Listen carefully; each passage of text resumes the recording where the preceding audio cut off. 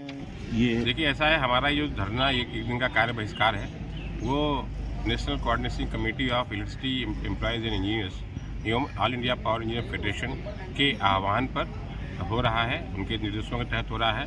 ये क्यों हो रहा है, उसका कारण है कि जो केंद्र सरकार विद्युत सुधार अधिनियम 2025 को ज़बरदस्ती गैर लोकतांत्रिक ढंग से सदन में पास कराना चाहती है, उसके विरोध में हो रहा है। क्योंकि ये जो विद्युत सुधार अधिनियम 2025 है, ये पूर्णतया पूंजीपतियों को लाभ देने के लिए बनाया गया है। ये पूर्णतया किसानों के लिए, मिडिल क्लास के लिए, गरीबों के लिए, अन्य जो भारत के आम नागरिक हैं उनके विरोध में है, उनके हमेशा निगेटिव उनको इम्पैक्ट डालेगा। ये उस तरीके से बनाया गया है। सरकार केवल कुछ पूंजीपतियों के हाथ में खेल रही है और ये चाहती है कि बिजली के क्षेत्र को निजीकरण कर दिया जाए, क्योंकि ये बहुत क्लियर है कि power is the mother of industries. ये बहुत पहले कह दिया गया था कि ऊर्जा की, उद्योग क्षेत्र की कोई माँ है तो पावर है, ऊर्जा है तो उसके अंदर जीवंतता है।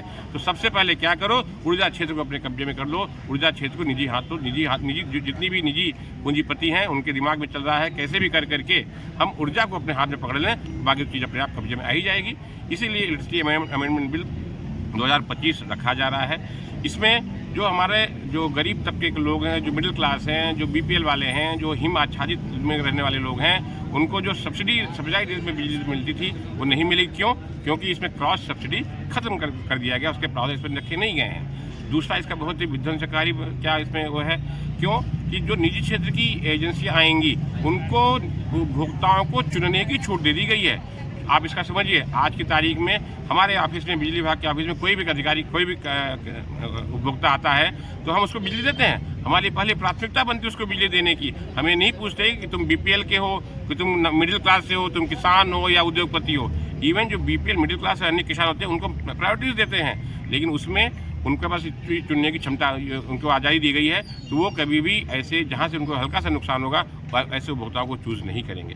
हाँ, भारत सरकार द्वारा निजीकरण के सबसे पहला जो वो किया गया था, एग्जाम्पल जिसे कहते हैं कि एक्सपेरिमेंट किया गया था, वो उड़ीसा में किया गया था। और उड़ीसा का निजीकरण का क्षेत्र बुरी तरह फेल हुआ और जिस कंपनी को बिजली व्यवसाय का ठेका दिया गया वो रातों रात गायब हो गई वहाँ पे।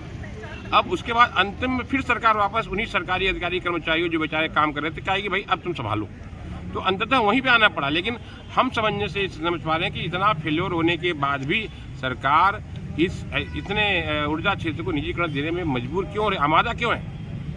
जो यहाँ पे अधिकारी कर्मचारी जो सालों से काम कर रहे हैं